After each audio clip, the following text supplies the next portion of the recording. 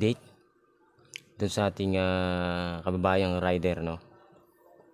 Sa mga kababayan natin. So ito yung isang rider na huminto para mag-deliver nung kanyang parcel dun sa mga customer niya or dun sa mga nabook na mga order, no?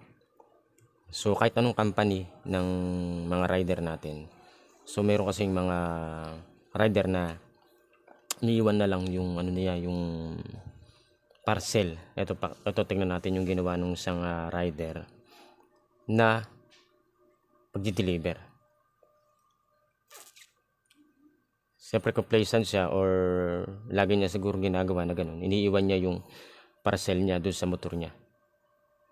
Imagine natin sobrang sobrang iksi lang nung pag-alis niya na yun. Tingnan natin kung ano susunod na mangyayari. Ayan, so may dumaan na isang tricycle. Tinabihan yung motor nung rider natin, yung kaibigan nating rider. Ayan. Bumaba ngayon yung tinahulan pa ng aso. O yan o.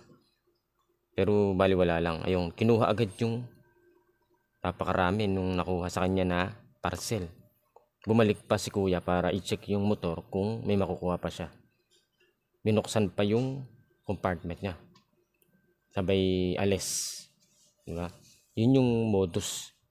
Kaya ingat-ingat sa ating mga kababayan na rider para iwas kayo dun sa sa magbayad, no?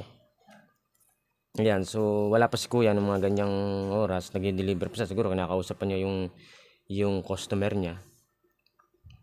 Ito na ngayon, yung matindi pagbalik niya, ano yung mararamdaman niya or ano yung gagawin niya kung paano niya masosolve yung problema na yun.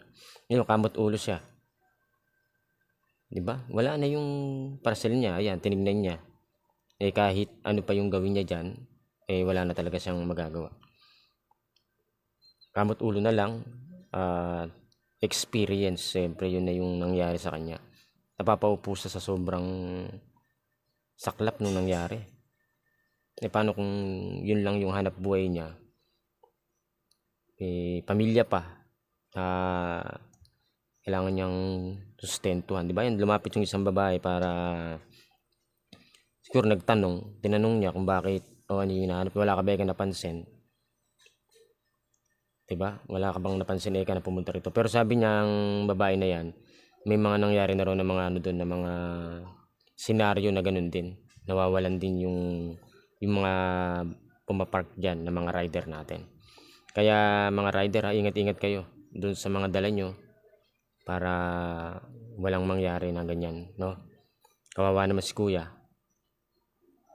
So yun, pumunta sa dun sa may pinaka tarpaulin na yun, no? Napaupo siya sa sobrang hindi niya alam kung paano niya ngayon ibabalik yun, yung mga parcel na paano kung mamahalin pa yung mga order. Kaya nagbibigay babala tayo doon sa mga kababayan natin, mga rider, kahit anong company ka pang rider, tsak na may mga ganyang nag-deliver din tayo. Yan,